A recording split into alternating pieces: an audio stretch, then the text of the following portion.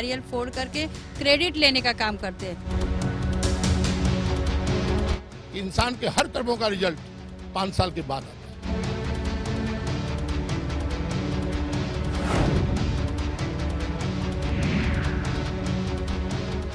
नमस्कार, स्वागत है आप सभी का हमारे इस खास कार्यक्रम मुंबई की आवाज में। मैं हूं संजय मिश्रा।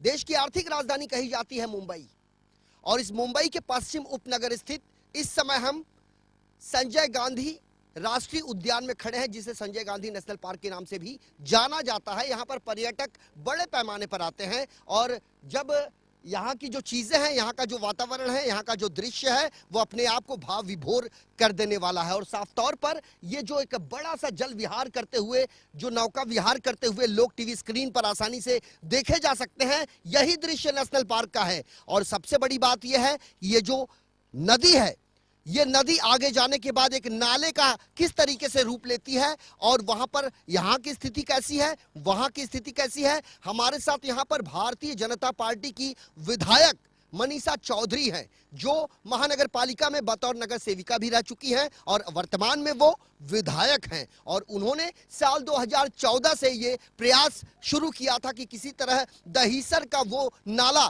जो देखते नहीं बनता था, जहां से दुर्गंध आया करती थी, कचरों का अंबार लगा रहता था, उसे किसी तरह लोगों की जो समस्याएं दिन ब दिन बढ़ती जा रही थी, उसे निजात दिलाने के लिए इन्होंने एक संकल्प लिया। और विधायक चुनकर आने के बाद सबसे पहला कदम उन्होंने बढ़ाया कि इस नाले के सौंदर्यीकरण को लेकर, और इस नाले के सौंदर्यीकरण के चलते जो लोग वहां पर विस्थापित हो रहे हैं, उनके पुनर्वास को लेकर साफ तौर पर मुख्यमंत्री देवेंद्र फडणवीस ने यह लेटर जारी किया है विधायक मनीषा चौधरी को, और उन्होंने इसमें कई चीजों का उल्लेख किया है। साफ तौर पर आपको बता दें कि आर्थिक राजधानी मुंबई में ऐसे बड़े 4 नाले हैं जिनकी स्थिति बद से बदतर है, और हम यही जानने के लिए पहुंचे हैं भारतीय जनता पार्टी की विधायक मनीषा चौधरी के पास। सबसे पहले मैडम, आपका स्वागत है कि विधायक बनने के बाद आपने जो बीड़ा उठाया है उसके लिए ये काफी है। मुख्यमंत्री देवेंद्र फडणवीस का लेटर, आपसे जानना चाहेंगे कि आपके इस विधानसभा क्षेत्र में जो नाला यहाँ पर दिखाई दे रहा है, ये तो नाला नहीं नदी दिख रही है, लेकिन आगे जाने के बाद तो ये नाले से भी बदतर है। पहले तो मैं दहीसर की और बोरीवली की जनता की शुक्रिया अदा करती हूँ कि उन्होंने मेरे को महाराष्ट्र के विधानसभा में विधिमंडल में सदस्य करके चुन के दिया है। मैं उन सभी लोगों को जिन्होंने मेरे को चुन के दिया, उनको सभी को मैं पहले नमन करती हूँ। और 2014 में जब मैं विधायक बनी, तभी मैंने पहला पत्र मुख्यमंत्री महोदय को दिया कि मुझे मुंबई को अगर अपन शंघाई बनाना चाहते हैं, तो मुंबई की पहली समस्या है कि मुंबई में 4 नदियां हैं, जो नदियां अभी नाले के रूप में हैं। पहले है दहीसर नदी, ओशिवरा नदी, मीठी नदी और पोईसर नदी। ये 4 नदियां हैं, उनका पुनर्विसन करना जरूरी है। ऐसा मैंने सम्माननीय मुख्यमंत्री देवेंद्र जी फडणवीस जी को लेटर दिया। बाद में उन्होंने तुरंत ही 2015 के जनवरी में मेरी एक मीटिंग ली, और मीटिंग लेने के बाद उन्होंने सब एजेंसी को बोला कि मेरे को इसका आप कैलकुलेशन करके बताइए कि दहीसर नदी में अपन क्या कर सकते हैं। बाद में पूरा शूटिंग करने के बाद आज के स्थिति में दहीसर नदी कैसी है, और 1952 में यही दहीसर नदी जिसमें बैजू बावरा के पिक्चर की शूटिंग हुई थी, वो टाइम ऐसे आज अपन नेशनल पार्क में देख रहे हैं कि यहाँ लोग बोटिंग करते हैं, वैसे मछुआरे उधर मच्छी पकड़ने के लिए मछुआरे यहाँ बोटिंग करके जाते थे। वो टाइम साधन नहीं था। अगर यहाँ से नेशनल पार्क से लोगों को मीरा रोड जाना था, उतन जाना था, तो ऐसे ही नदी में विहार करके जाते थे। सबसे पहले हम अपने तमाम दर्शकों को बता दें कि जो मौजूदा स्थिति है इस नदी की, जहां पर नौका विहार करते हुए लोग आसानी से देखे जा सकते हैं, किसी जमाने में बॉलीवुड के प्रचलित और प्रख्यात अभिनेता भारत भूषण जो शूटिंग के दौरान यहाँ पर नौका विहार करते हुए आसानी से टीवी स्क्रीन पर हम अपने उन तमाम दर्शकों को साल 1952 की वो फिल्म दिखा रहे हैं जिसमें यहीं से वो शूटिंग की गई थी। लेकिन आज वर्तमान में जो स्थिति है वो बद से बदतर है। तो मैम, जिस तरीके से आपने बताया कि भारत भूषण की अभिनीत जो फिल्म थी बैजू बावरा, उसकी शूटिंग चल रही थी, आज की परिस्थिति इतनी विकट क्यों? नहीं, अभी आबादी मुंबई की बढ़ते लगी, लोगों को झोपड़ियाँ आजू बाजू में होने लगी, झोपड़ियाँ का पूरा सीवरेज उधर जाने लगा, और सीवरेज जाने के वजह से वो नाला में रूपांतर हो गया। लेकिन अभी अपने को वापस नदी में रूपांतर करना है। इसीलिए हमने वापस मुख्यमंत्री महोदय के साथ 2015 के में हमने एक मीटिंग लिया। मुख्यमंत्री जी ने इतना सपोर्ट दिया और हमारे सम्माननीय आयुक्त अजय मेहता, उन्होंने भी पॉजिटिव, श्रीनिवासन जो हमारे एएमसी है, वो सब ने जब भी दहिसर नदी का मैंने टेलीकॉम कंपनी से मैंने एडवाइस लिया, प्रोजेक्ट बनाया, और मैंने प्रोजेक्ट जब भी बताया तभी उन्होंने लगा कि नहीं, ये दहिसर नदी का पुनर्वसन करना चाहिए। इसके बाद हमारे महानगर पालिका ने पूरा काम प्रोजेक्ट चालू कर दिया। इस नदी का पुनर्वसन के लिए 300 करोड़ रुपये का प्रोजेक्ट है। इसमें सीवरेज लाइन आएगी, डीप अंडरग्राउंड सीवरेज लाइन आएगी, फुट और ब्रिज आएगा, प्रोटेक्टेड वॉल आएगी, एसटीपी प्लान आएगा जो सीवरेज ट्रीटमेंट प्लान करके पानी जाएगा। ये नदी जब इधर से भांडुप से होके कैनरी केव्स से होके ये नदी दहिसर में एनएल कॉम्प्लेक्स होके मीरा रोड जा रही है। तो मीरा रोड के बॉर्डर तक का पूरा मुंबई महानगर पालिका और state government, Maharashtra state government इसका काम कर रही है।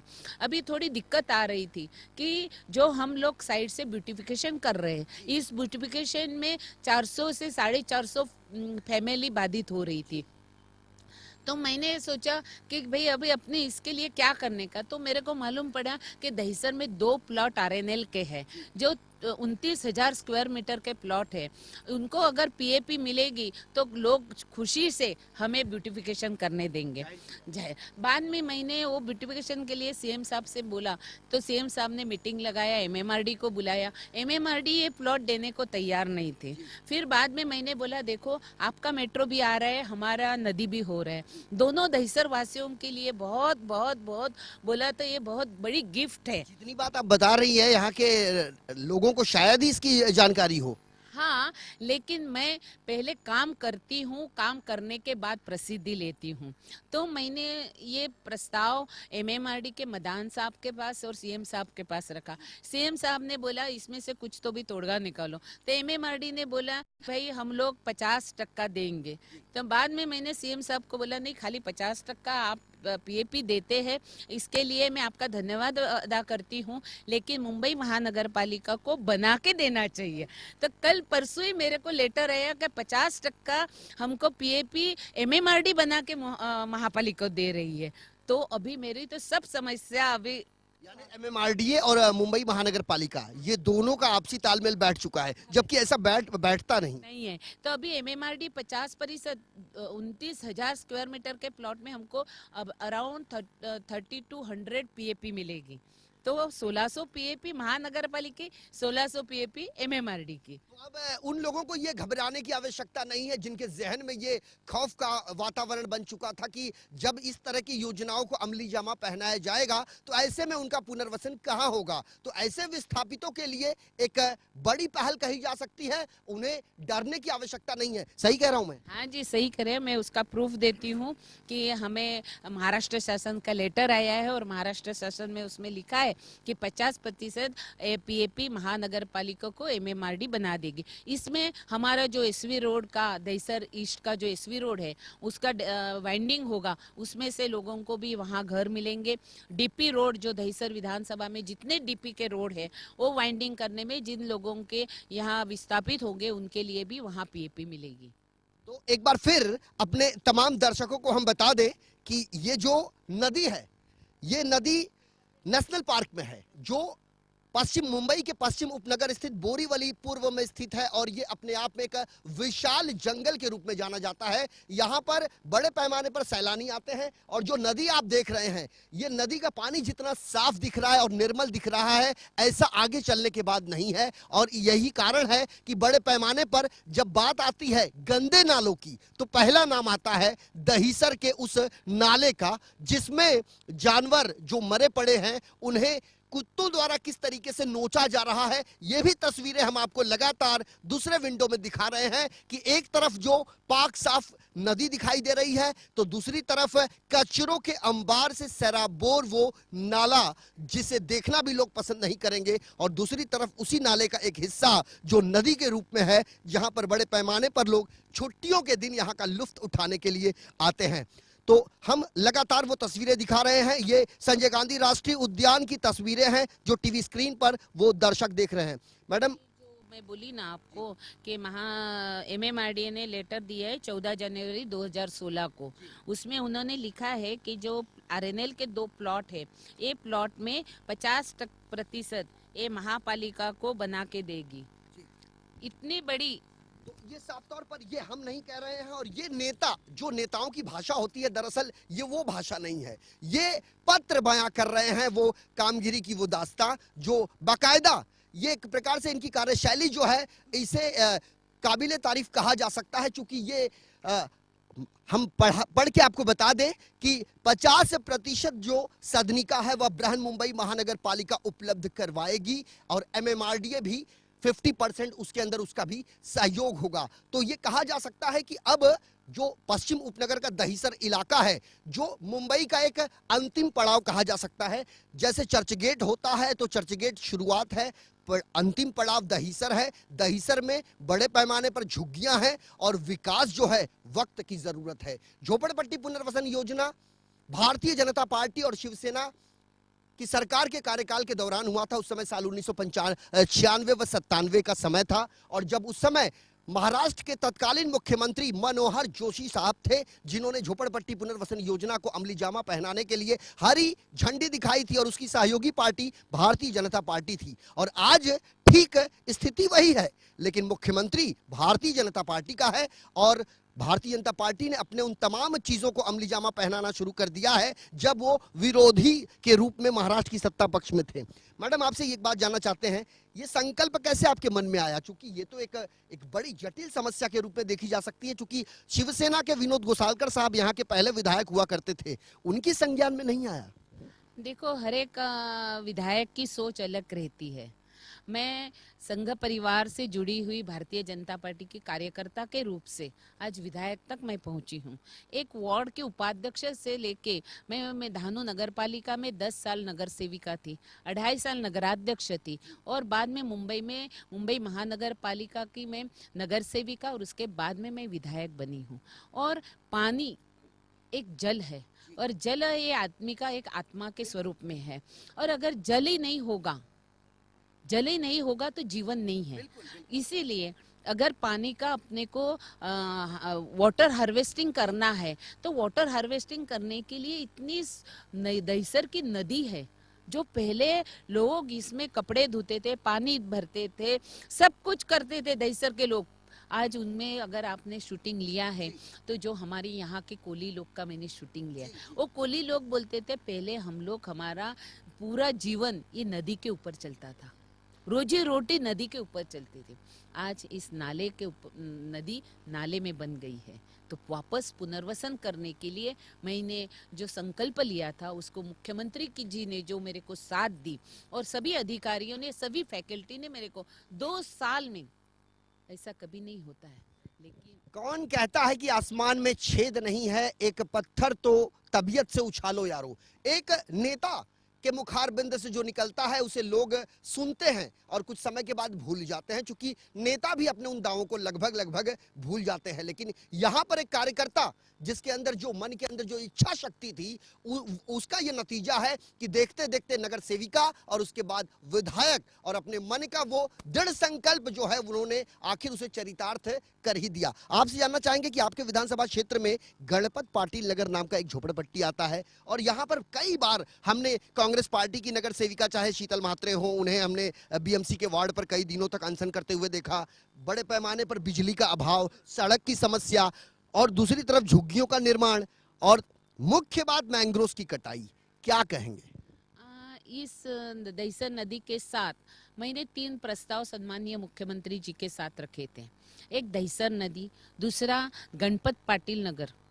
जिस गणपत पाटिल नगर में जुगी बस्ती बढ़ी, वो किसके वजह से बढ़ी वो मैं अभी नहीं बोलूंगी, लेकिन आज जो लोग रहते हैं उनको मराठी में कहते हैं कि माणूस जैसा माणूस किने जगायला पाहिजे। तसं माणसाचा हक्क आहे की त्याला आपण जीवन चांगल्या पद्धतीने सर्व सुख संपत्तीने मिळायला पाहिजे। इस तरह से मैंने गणपत पाटिल नगर में पहले तो जो मैंग्रोव्स की कत्ल होती थी उसके ऊपर निर्बंध लाने के लिए मैंने विधिमंडल में लक्ष्यवेदी लगाई और इस लक्ष्यवेदी से हमने बोला कि जो लोग 2000 तक रहते हैं वो सभी को घर मिलना चाहिए और 2000 के बाद के जो लोग हैं उनको अपना वेटलैंड का जिधर लाइन आती है वेटलैंड का सर्वे करके वेटलैंड की जिधर लाइन आती है वहाँ तक के लोगों को उन्होंने घर देना चाहिए। उसके ऊपर मुख्यमंत्री जी के यहाँ एसआरए की बाद में एमएमआरडी की सबकी मिलके एक बड़ी बैठक हुई। उसमें मुख्यमंत्री जी ने बोला कि गणपत पाटिल नगर का विकास होना चाहिए। उसमें उन्होंने टाइमलाइन दिया है कि 1 महीने के अंदर मेरे को सर्वे करके बोलो।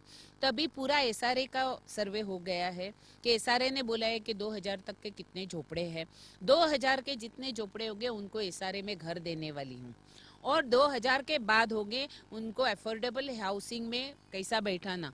उसके बाद में जो पहले भूतपूर्व नगर सेवक थे हमारे चौबे जी, उन्होंने बहुत इसलिए काम किया था। इस चौबे जी ने बोला था कि एसआरए डिक्लेयर करो, राजेंद्र प्रसाद चौबे एसआरए डिक्लेयर करो। तभी मुख्यमंत्री जी ने बोला है क्या भाई, तभी ऑब्जेक्शन लिया था जो ओनर है संजीव नाइक, संजीव नाइक ने ऑब्जेक्शन लिया था।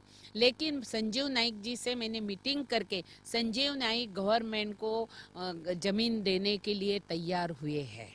तो ये वेटलाइन की बॉर्डर के बाद जितने हमारी झुग्गी झोपड़ियाँ हैं उनको मकान देने के लिए, उनको लाइट, रास्ता, शौचालय और पानी की व्यवस्था करने के लिए मुख्यमंत्री जल्दी से जल्दी, जैसा दहिसर नदी डायमंड इंडस्ट्रीज के लिए जो मेरे को दिया है ऑर्डर, ऐसी ऑर्डर मुख्यमंत्री की आने की मैं राह देख रही हूँ। ये माना जा सकता है कि अब दहिसर गणपत पाटिल नगर की जनता को निराश होने की जरूरत नहीं है। बिल्कुल नहीं। मैंने जिस दिन चुनाव के पहले भी बोली हूँ, मैं चुनाव पे लोगों के, मेरे को गणपत पाटिल के लोगों ने मेरे को वोट नहीं दिया है, फिर भी मैं बोलती हूँ कि गणपत पाटिल नगर का विकास करूंगी और आज इस स्टेप पे आया है कि गणपत पाटिल नगर का डिसीजन जल्दी से जल्दी आएगा और हर एक आदमी को मकान देने की कोशिश करूंगी।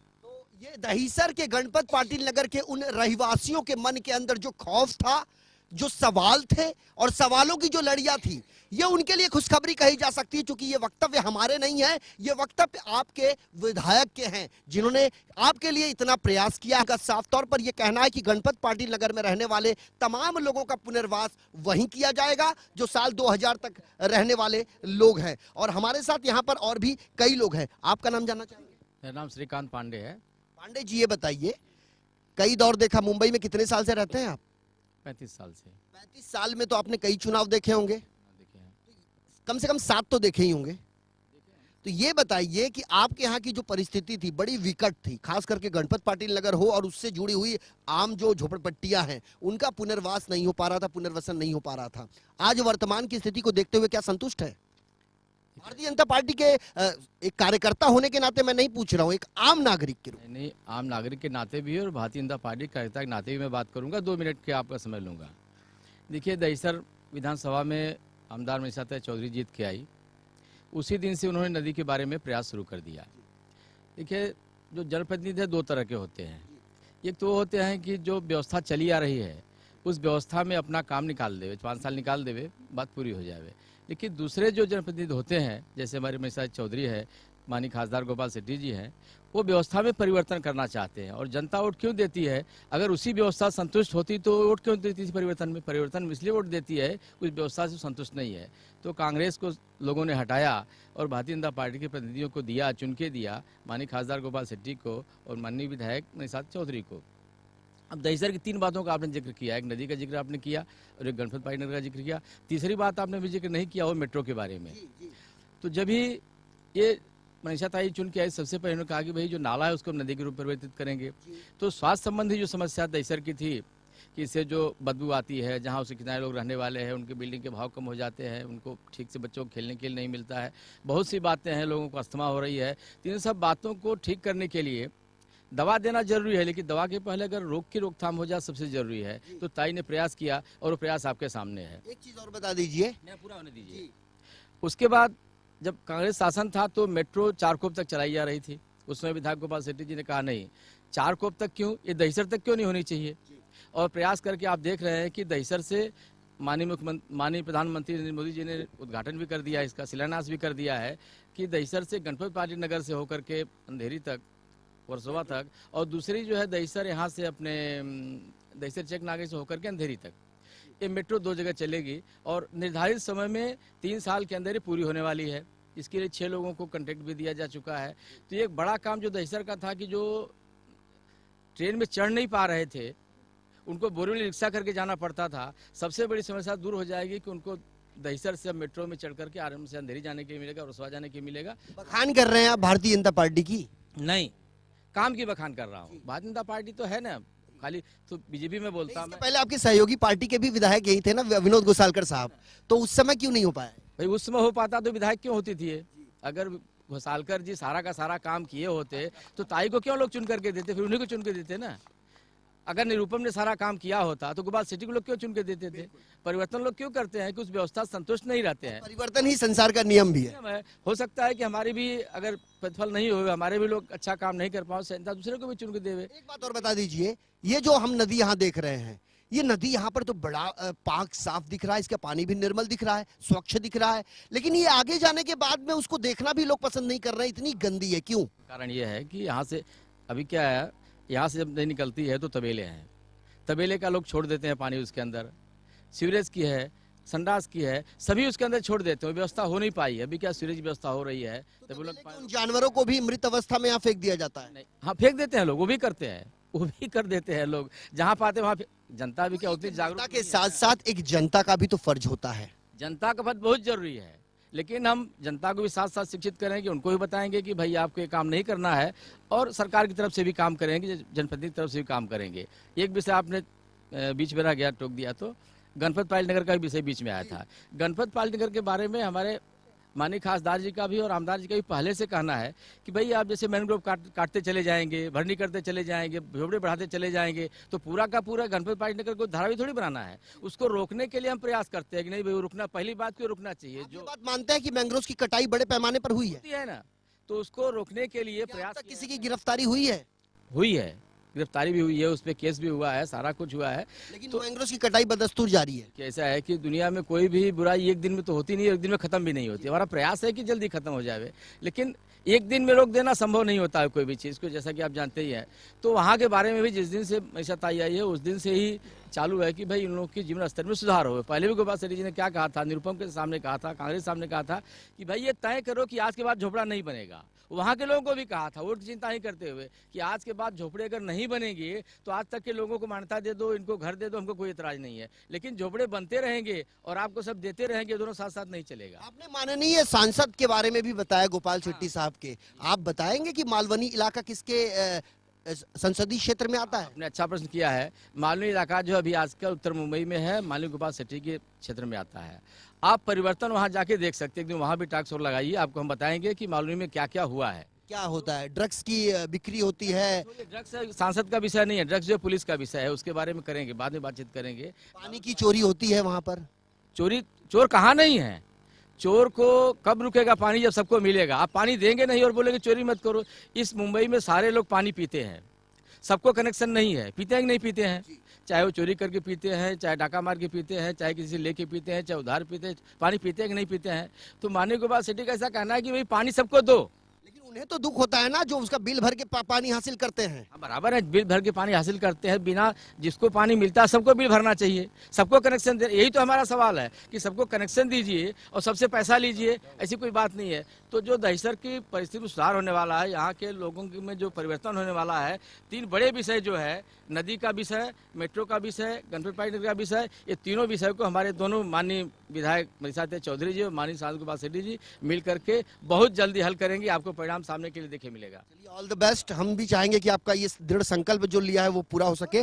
मैडम, एक आपसे आखिरी सवाल ये है कि जिस तरीके से सबसे ज्यादा भ्रष्टाचार एसआरए स्कीम में देखने को मिलता है, एसआरए स्कीम जो सरकार की योजना है, हम एसआरए स्कीम पर आक्षेप नहीं कर रहे हैं, लेकिन उसमें जो चल रहा है, बिल्डर जो विकासक जो हैं, आम लोगों को उसमें वंचित कर देते हैं उनकी सदनिका से। ऐसे लोगों के लिए क्या प्रयास होंगे? चूंकि मुंबई में जब से झोपड़पट्टी पुनर्वसन योजना की शुरुआत हुई है, तब से ढेर सारे इलाके में वो पूरी तरह सुधार हो ही नहीं पाया है, पूरी तरह वहां का पुनर्वसन हो ही नहीं पाया है और भ्रष्टाचार बड़े पैमाने पर है, क्या कहेंगे?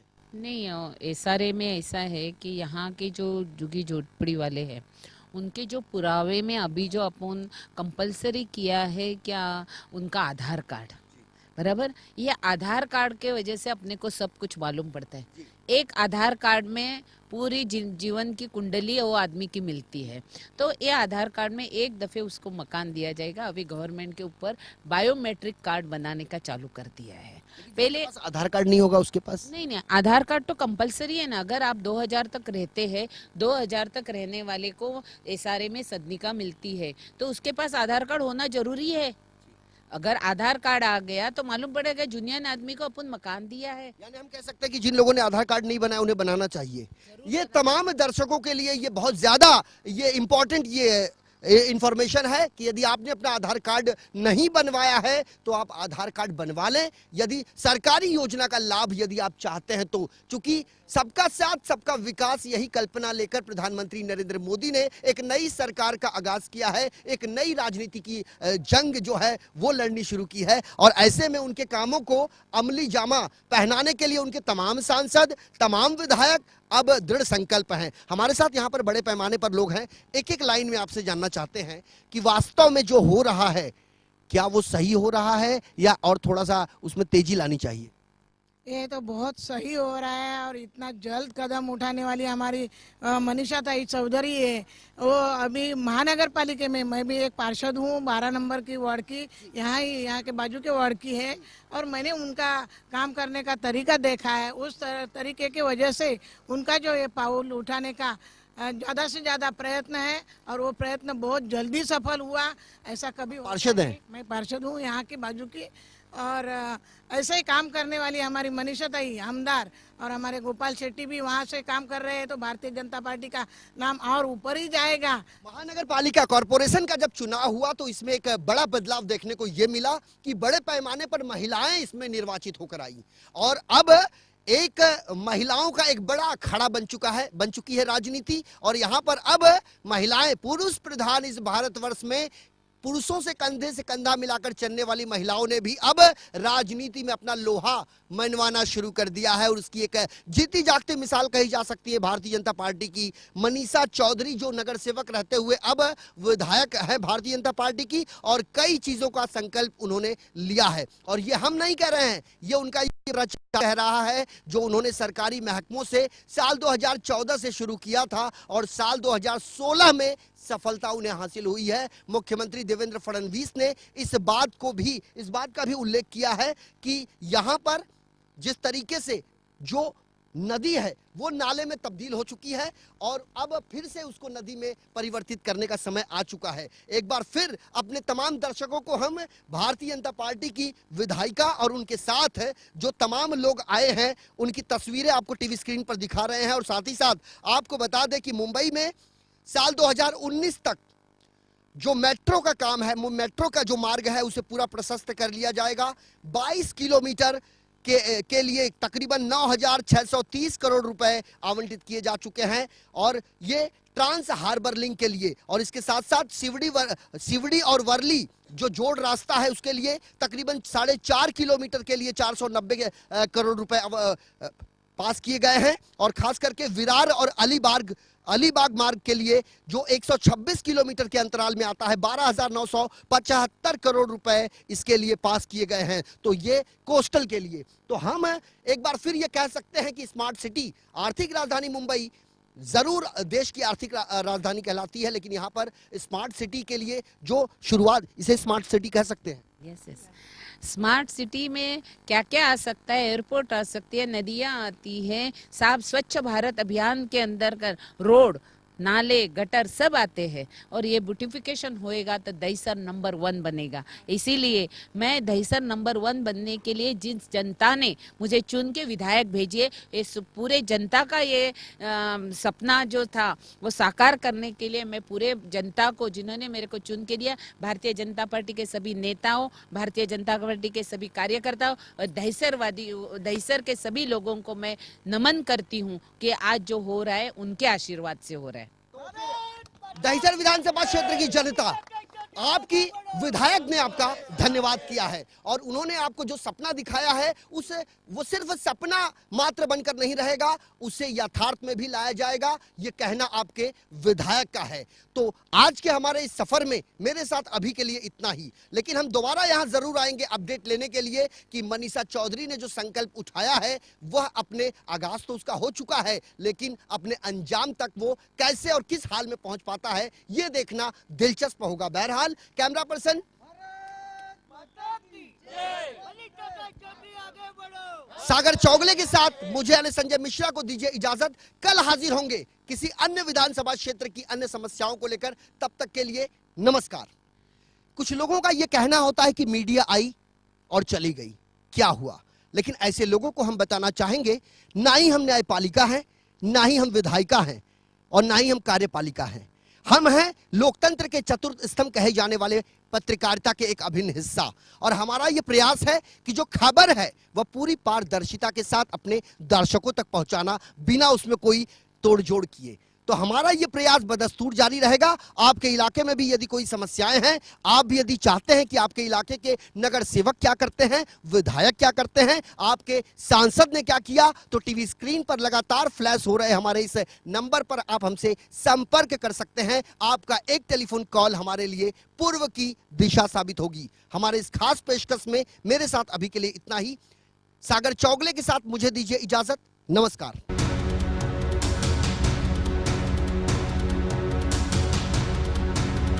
नारियल फोड़ करके क्रेडिट लेने का काम करते हैं।